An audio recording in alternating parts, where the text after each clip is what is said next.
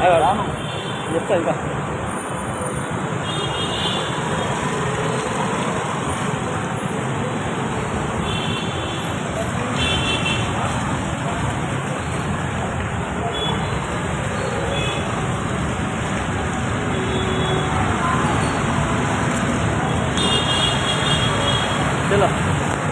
అందరికీ నమస్కారాలు.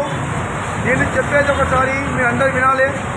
మన గాంధీ బొమ్మ పైవర్ కింద 6 నెలలు అవుతుంది. మొత్తం రోడ్డు కచ్చరా రోడ్డు ఉంది, గుంతలు ఉంది. యాక్సిడెంట్స్ కూడా అయినాయి. పక్కకే కూరగాయల మార్కెట్ ఉంది. దీని నుంచి వాళ్ళు ఏం పట్టించుకుంటలేరు, అధికారులు ఏం పట్టించుకుంటారు. వెంటనే మీరు వచ్చి ఇది యాక్షన్ తీసుకోవాలి. మీరు వెంటనే సిమెంట్ రోడ్ వేయించి మంచిగా బంధం తీయాలి. ఇది నా ఒక మనవి.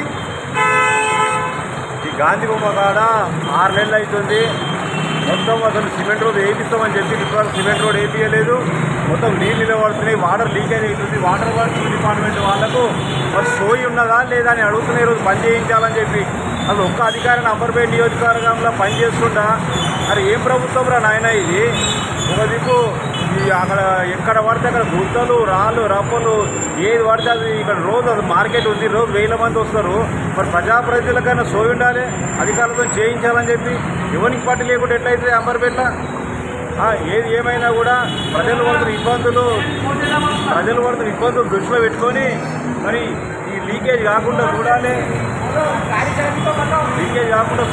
చెప్పి మరి అధికారులతో చేయించాలని చెప్పి నేను ఇక్కడ ఉన్న ప్రజాప్రతినిధులకు తెలియజేస్తున్నా.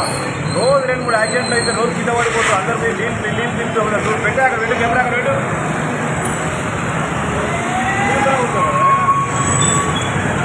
నడుచుకుంటూ వచ్చి ఎట్లా వస్తుంది చూడండి. ఒక బాబా నడుచుకుంటూ వస్తున్నారు. అక్కడ చూడండి, నడుచుకుంటూ వస్తున్నారు. చూడండి ఎట్లా వస్తున్నాను.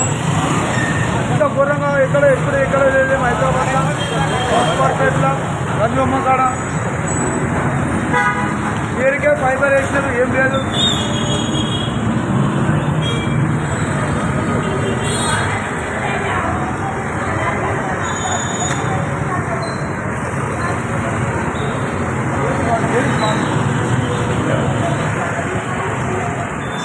ఖచ్చితంగా మరి 2-3 రోజుల మరి పని చేయించాలి. ఇక్కడ మొత్తము లీకేజ్ అయితే నీళ్లు తీసేసి మొత్తం రోడ్ వేయించాలి అని చెప్పి నేను తెలియజేస్తాను. లేకుంటే ఈ అంబర్పేటలో మరి ఇక్కడ బస్సు వాళ్ళతో కలిసి ఇక్కడ ధర్నా కార్యక్రమం చేపడతాము. ఎందుకంటే ఫిట్ చేసి 4-5 సంవత్సరాలు అవుతుంది కలిసి ఇక్కడ రోడ్ వేయించలేదే. ఇదేం పరిపాలన ఆయన? మట్టి వేసి మున్సిపాలిటీ చేసి వెళ్ళిపోతున్నారు. ఇది బందోబస్తు మంచిగా ఉంటుంది. పబ్లిక్కి పోయేటోళ్ళు వచ్చేటోళ్ళు చాలా మంచిగా ఉంటుంది. యాక్సిడెంట్స్ కూడా రావు. దయచేసి మీరు అర్థం చేసుకొని మీరు వెంటనే మీరు యాక్షన్ తీసుకోవాలని నా యొక్క మనవి.